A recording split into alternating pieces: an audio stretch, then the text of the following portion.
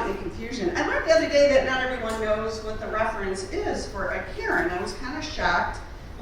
So in case you don't know, a Karen is a white woman who wants to protect sacred native white land like sidewalks, city parks, and Target parking lots from innocent black men going about their activities of daily living, like, walking their dog or grocery shopping. So, that's a Karen. Language is constantly changing. I mean, we used to just call them fucking bitches, but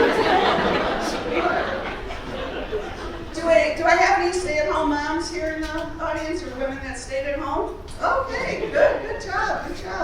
I told my husband the other day that I was ready to become a stay-at-home mom, and he's like, sweetheart, the kids moved out a few years ago. I'm like, I know, the little parasites are gone. I'm ready to come home and embrace the trad wife aesthetic.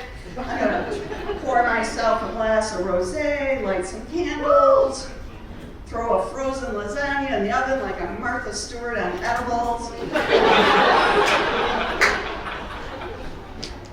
I'm going to watch HGTV like I'm studying for an exam. I'm going to be like, going to practice my big reveal face. Shiplap again!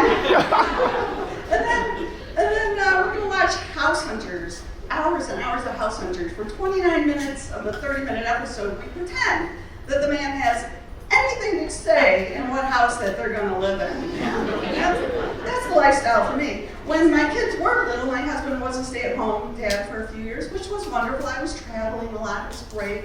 But the bar is very different, just so you know, for stay-at-home dads than it is for stay-at-home moms. If he showed up at the PTA meeting with store-bought cupcakes from Kroger, the women would be like, isn't that nice? Mr. Young brought store-bought cupcakes from Kroger. If I showed up at the meeting with store-bought cupcakes from Kroger, they'd be like, you fucking cunt! Don't you love your children enough to make homemade baked goods? Just warning you, it's happening. I read the other day that the government wants us to start having bigger families, like it's 1947, and we're just pushing out future taxpayers for them like they're toaster strudels. What they don't understand is why people used to have bigger families. It's not because they loved kids, it's because they didn't know how many were going to make it. They didn't raise families, they released us like butterflies or stray cats or drunk 2 a.m. tweets. We would just roam around with these feral packs of kids up and down the street riding our big wheels into ongoing traffic like we had a death wish and a direct line to Jesus. We were climbing trees and jumping off of sheds and throwing shit at each other like we were auditioning for Jackass, the preschool edition, sponsored by lead paint, whatever the fuck was in Tang. And our parents gave two shits about us. They would just yell out the window, "Be home by dark!"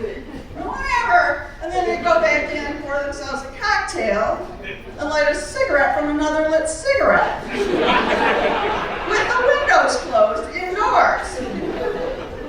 On Monday mornings, my elementary school looked like a Civil War hospital. Kids would limp in with crutches made out of broomsticks, legs in casts, arms in slings, eye patches. I fell off a roof. I got hit by a lawn dart. Mikey threw a rock at my eye and it tore my cornea. Yeah, thanks, fucking Mikey Moore. But anyway, and our parents again were kind of like, that's why we have this extra kid over here. We're like, Doritos, which one? We'll make more. When I was 16, I went to San Antonio, Texas with my church youth group. This is a true story. I was gone 3 days before my dad turned to my mom and said, hey, where's, what's her name? My mom's like, Texas. He's like, Texas? Had no idea that I was gone 3 days. Hadn't even thought about me. They were putting kids' faces on milk cartons to let other people know that kids were missing. They were doing it so the parents would learn if their kids were missing. My dad would have been like, huh, this kid looks familiar. Like, what's her name? That kid that sometimes spends the night here. It's like, yeah. They got so bad that they even had a commercial at 10 o'clock at night, and they would get famous people like Cyndi Lauper and Cher, even Andy Warhol, to remind parents at 10 o'clock, hey parents, it's 10 o'clock, do you know where your kids are? And Andy Warhol's like, they're with me in New York City, Club 57.